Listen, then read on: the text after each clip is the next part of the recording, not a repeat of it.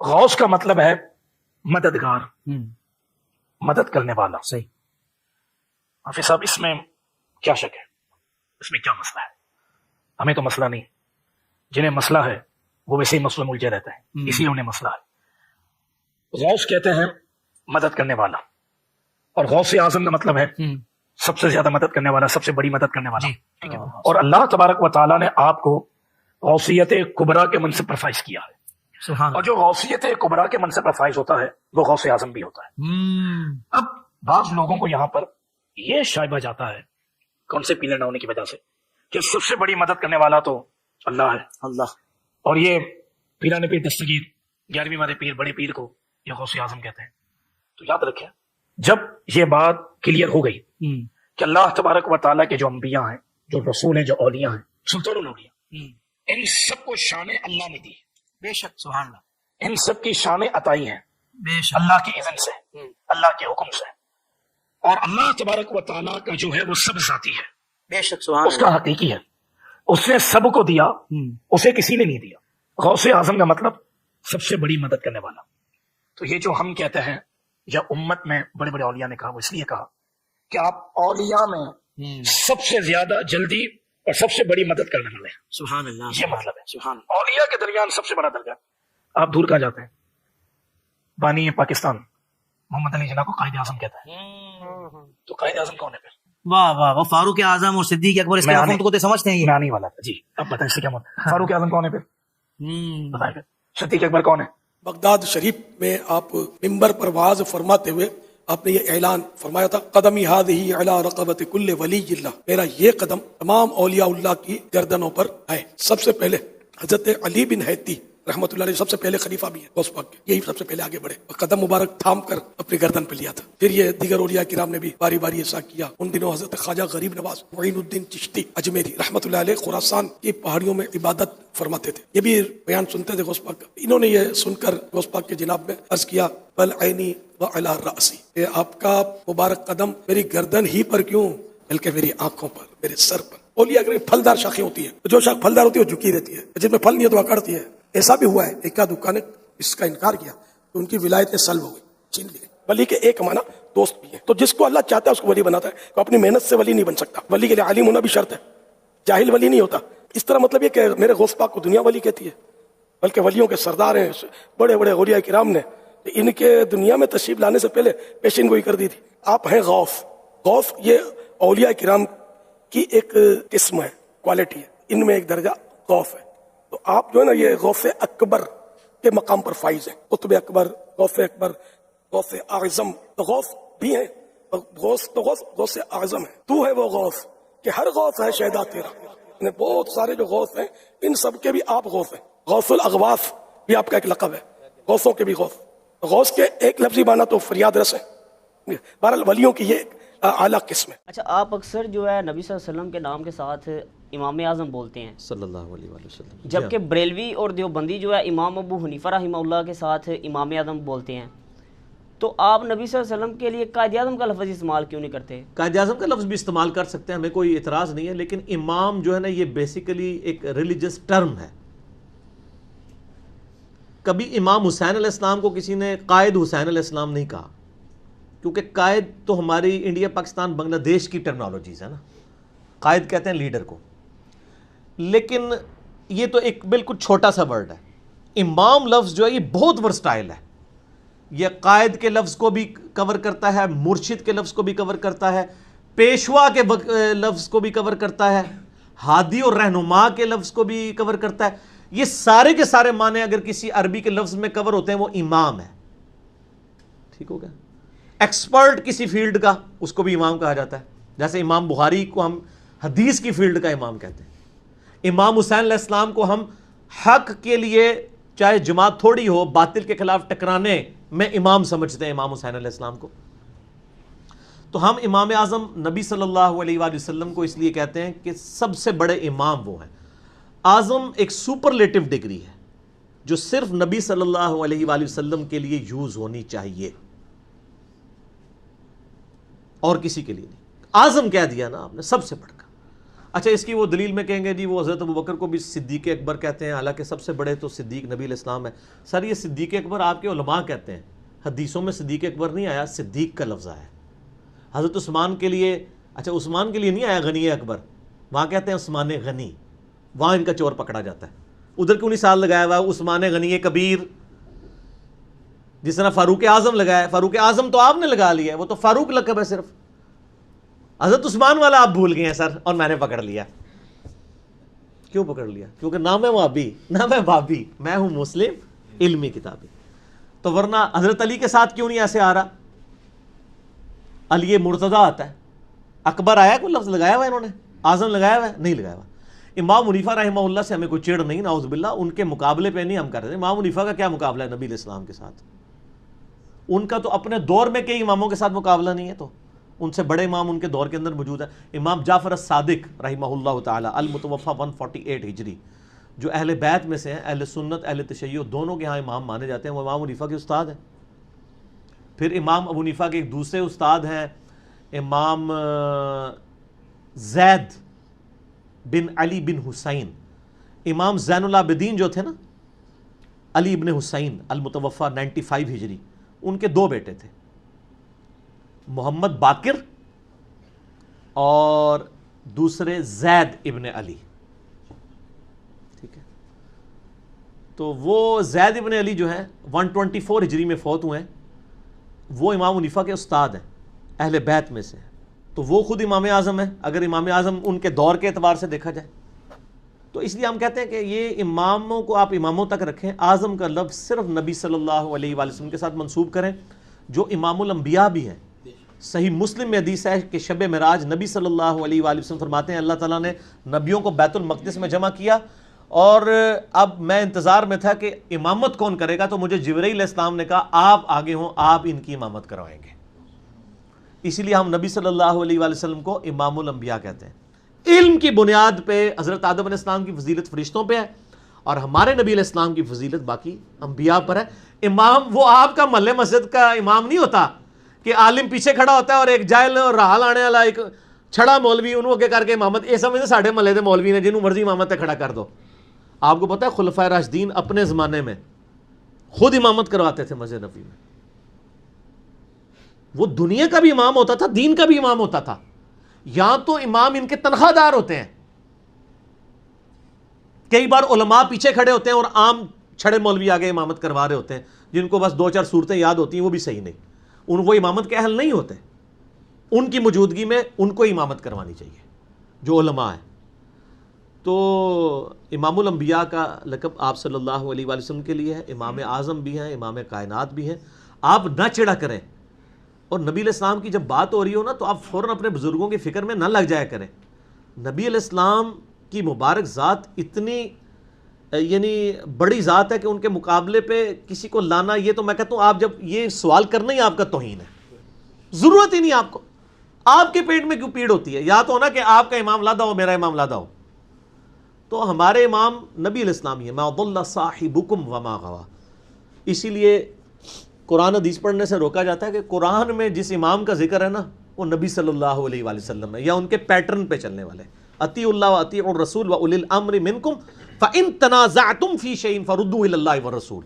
اگر آپ اپنے بڑے بزرگوں سے بھی آپ کا اختلاف ہو جائے، اپنے حکمرانوں سے بھی اور بڑے علماء سے بھی، تو پلٹاؤ اپنے فیصلے کو اللہ اور اس کے رسول یعنی کتاب و سنت کی طرف. اچھا غوث اعظم کا مطلب بھی بتا دیں، اور یہ بھی بتا دیں آخر ہے کون؟ غوث اعظم تو اللہ تعالیٰ کی ذات ہے جی، اس میں کوئی شک نہیں ہے. غوث کہتے ہیں مددگار کو. بڑا مددگار، سب سے بڑا مددگار کون ہے؟ اللہ.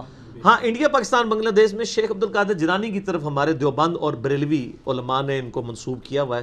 ان کو غوث اعظم کہتے ہیں. اشرف علی تھانوی صاحب بھی غوث اعظم لکھتے ہیں، اور اس طریقے سے حمزہ بریلوی صاحب بھی ان کو غوث اعظم لکھتے ہیں. غوث اعظم اللہ ہی ہے، یہ تو غوث ہے ہی نہیں ہے، تو اعظم کیا ہے؟ ان کا نام تھا شیخ عبد القادر جیلانی. وہ گیلانی بھی بولتے ہیں، وہ گاف جیم بن گئی ہوئی ہے. تو شیخ عبد القادر جیلانی کی طرف یہ منسوب کیا. المتوفی 561 ہجری، ایک عالم دین گزرے ہیں 6ٹھی صدی ہجری کے اندر، 561 ہجری میں فوت ہوئے. ان کے اوپر میرا ایک کلپ بھی ہے شیخ عبد القادر جیلانی رحمۃ اللہ علیہ 11 بلکہ اس کا نام ہے 11ویں والے پیر کی نماز کا طریقہ، اسے صرف 11ویں کھانے کے لیے ہے. تو وہ غوث اعظم ان کو ویسے کہتے ہیں، انہوں نے کہیں نہیں کہا، نہ ان کو کسی نے کہا ہے، یہ لوگوں نے ان کی طرف منسوب کیا. یہ لقب غلط ہے، یہ لفظ استعمال نہیں کرنا چاہیے. یہ ساری ٹرمنالوجیز جو اعظم اور ان بڑی بڑی جو ہیں، یہ یعنی اگر تکوینی امور سے تعلق رکھتی ہیں تو وہ اللہ کی طرف منسوب ہوں گی، اگر وہ دین کے امامت کے پوائنٹ آف ویو سے ہیں تو وہ نبی علیہ السلام کی طرف منسوب ہوں گی، اور کسی کی طرف نہ منسوب کریں. ان لوگوں نے کبھی حضرت علی علیہ السلام کو تو غوث اعظم نہیں کہا، کبھی بھی نہیں کہیں گے، کیونکہ انہوں نے ٹرم بنائی ہے. اور پھر آپ دیکھیں انہوں نے یہ مشہور کیا ہوا ہے کہ چوں محمد درمیان انبیاء، غوث اعظم اسی طرح غوث اعظم درمیان اولیاء. وہ کہتے ہیں جس طرح نبی صلی اللہ علیہ وآلہ وسلم کا مرتبہ نبیوں میں ہے نا، اسی طریقے سے شیخ عبد القادر جیلانی کا مرتبہ اولیاء میں ہے. کتنا بڑا جھوٹ ہے. صحابہ کرام کیا نبی ہیں؟ تو اولیاء کی کیٹیگری میں آتے ہیں. صحابی تو ان کا ایک ٹائٹل ہے نا، وہ علیحدہ چیز ہے. ٹرم جو قرآن و سنت میں آئی ہے وہ تو یا نبی آئی ہے، اور غیر نبی جو نیک ہوتا ہے ولی، اسی میں آگے آپ شہید صدیق، وہ تو مرتبے ہیں. ٹرمز دو ہی ہیں نیک بندوں کی، نبی اور غیر نبی. غیر نبی کو آپ ولی کہتے ہیں جو نیک ہو. قرآن میں بھی ہے نا کہ کچھ اولیاء اللہ ہوتے ہیں، کچھ اولیاء طاغوت ہوتے ہیں، شیطان کے اولیاء ہوتے ہیں، کچھ اللہ کے اولیاء. امام حمزہ بریلوی صاحب سے احکام شریعت میں یہ سوال ہوا کہ اولیاء اللہ کے سردار کون ہیں، تو انہوں نے کہا حضرت ابو بکر صدیق رضی اللہ تعالیٰ عنہ. انہوں نے شیخ عبد القادر جیلانی کا نام نہیں لیا. یہ حمزہ بریلوی صاحب کی میں بات کر رہا ہوں. تو سر یہ جعلی شعر اپنی مسجدوں سے ہٹائیں، ٹھیک ہے، یہ کام چھوڑ دیں. آپ لوگ اگر خلفائے راشدین تک رہتے نا تو آپ کو ہدایت بھی مل جاتی. علیکم بسنتی وسنت الخلفاء الراشدین المہدیین، ابو داؤد ترمذی نسائی ابن ماجہ. تم پر میری سنت اور میرے خلفائے راشدین کی سنت لازم ہے. تو یہ تو پھر اپنے لوگوں کے ساتھ منسوخ کیا. بزرگوں کو ہمیں کوئی دشمنی نہیں ہے. آج اگر ہم حضرت عیسیٰ علیہ السلام کے بارے میں جو لوگ غلط عقیدے ہیں بیان کرتے ہیں، اور ہم کہتے ہیں حضرت عیسیٰ اللہ کے بیٹے نہیں ہیں، وہ اللہ کے بندے ہیں. قرآن میں تو یہاں تک ہے وہ روٹی کھانے کے محتاج تھے، سورہ مائدہ آیت نمبر 75 میں. تو یہ حضرت عیسیٰ کی توہین نہیں ہو رہی ہوتی، یہ بتایا جا رہا ہوتا ہے ان کو خدا نہ مانے. آپ کے بزرگوں کی ہم کوئی توہین نہیں کرتے، وہ ہمارے بھی بزرگ ہیں. ہم یہ کہتے ہیں کہ ان کو نبی نہ مانیں، ان کو صحابہ کے مرتبے پہ نہ لے جائیں، ان کو جدھر ہے نا ادھر ہی رہنے دیں. اس سے نیچے بھی نہ کریں، اس سے اوپر بھی نہ کریں. آپ کے دل کی خواہشات کا تو ہم کچھ نہیں کر سکتے. تو علم کی یہ دنیا ہے، تو علم کے میدان میں جذبات کی کوئی حیثیت نہیں. سر یہ بزرگوں نے کیا کیا ہے؟ نگاہیں مارتے رہے ہیں، وہ بھی کچھ نہیں کیا نگاہیں مار کے بھی، ٹھیک ہے نا، مار کے کام خراب کر دیا. پتہ نہیں مارتے نہیں. وہ میں ابھی وہ ایک دعوت اسلامی والوں نے کتاب چھاپی ہے کرامات غوث اعظم شیخ عبد القادر جیلانی. اس میں لکھا ہے کہ ایک مرید تھا، تو وہ اس نے نا ان کی وہ جو لوٹا تھا نا اس کی ٹوٹی قبلہ رخ نہیں رکھی ہوئی تھی، تو کو کتنے پہنچ دے جائے. تو وضو کروا کے اس نے لوٹا ایسے ہی رکھ دیتا. بیچارے کو مطلب غلطی ہوگی. انہیں جناب ایک نگاہ ماری تو مرید جلال کتاب نہ لاتے ہوئے جاں بحق ہو گیا. یہ لکھا ہوا ہے. اچھا یہ اسی سے لیا نا، اور یہ کتاب ہے بہجت الاسرار. بہجت الاسرار جو ہے نا ایک انسائکلوپیڈیا ہے شیخ عبد القادر جیلانی کی کرامات کا، اسی سے یہ نقل کیا ہوا ہے. اچھا کہتے ہیں جناب پھر انہوں نے ایک نگاہ لوٹے کی طرف ماری، اس کی ٹوٹی سی. میں کہ یار وہ پہلی لوٹے تھے مار دیندے، مسئلہ ہی حل ہوتا، بندہ بچ جاتا. ٹھیک ہے، جھوٹ ہے. یعنی یہ ہم مذاق شیخ عبد القادر جیلانی کا نہیں اڑا رہے، ان کی طرف جھوٹ منسوب بالکل. اسی طرح ان کی طرف انہوں نے جھوٹ منسوب کیا کہ انہوں نے کہا ہے میں مشرق میں ہوں. یہ بہجت الاسرار میں لکھا ہے میں مشرق میں ہوں اور میرا مرید مغرب میں ہو، اس کا ستر کھل جائے تو میں اس کا ستر ڈھانپ دوں گا. تو میں نے اس پہ ان کو کہا تھا کہ یار اگر آپ اتنے کانفیڈنٹ ہیں، ٹھیک ہے جی، آپ کانفرنسز کراتے ہیں شیخ عبد القادر جیلانی کے نام کے اوپر، آپ اگر اتنے کانفیڈنٹ ہیں کہ میں سچا قادری ہوں، سچا قادری ہوئے گا جو پائی جی میڈیا دے کیمرے سامنے لوائے اور پھر کہ جی یا شیخ عبد القادر جیلانی اور نال ہی اپنی تہمت کھول دے، تو وہ آگے. ویسے میرا مشورہ یہ کرنے سے پہلے آپ انڈر ویئر پہن لیجئے گا، کیونکہ مجھے 100% یقین ہے کہ آپ جو ہے آپ کو بے عزتی کا سامنا کرنا پڑے گا. جب ہم یہ مذاق اڑاتے ہیں، یہ کہتے ہیں بزرگوں کا مذاق اڑا رہے ہیں. ہم بزرگوں کا نہیں اڑا رہے ہیں، بزرگوں کا مذاق آپ نے اڑوایا ہے. ہم نہیں کہتے کہ انہوں نے یہ باتیں کہی ہیں. قصیدہ غوثیہ میں اتنے کفریات لکھے ہوئے ہیں، اتنے شرکیہ باتیں لکھی ہوئی ہیں ان کا اسلام سے دور دور تک تعلق نہیں ہے. اور جو انہوں نے متکبرانہ دعوے کیے میں، یعنی کوئی شخص اس طرح کا دعویٰ کر سکتا ہے کہ تمام اولیاء کی گردن پہ میرا پاؤں ہے. جو بندہ اللہ کا نیک بندہ ہے وہ تو ڈرتا ہی رہتا ہے. وہ یہ تو حضرت ابوبکر صدیق نے دعویٰ نہیں کیا کہ تمام صحابہ کی گردن پہ میرا پاؤں ہے. ٹھیک ہو گیا نا. اس طرح کے یہ سارے دعوے جھوٹے ان کی طرف منسوب ہیں. انہوں نے یہ باتیں نہیں کی. شیخ عبدالقادر جیلانی کی جو صحیح بات ہے وہ مجھے پتہ ہے، میں آپ کو بتا دیتا ہوں. ان کو کسی نے بتایا کہ جی عید کا چاند نظر آ گیا.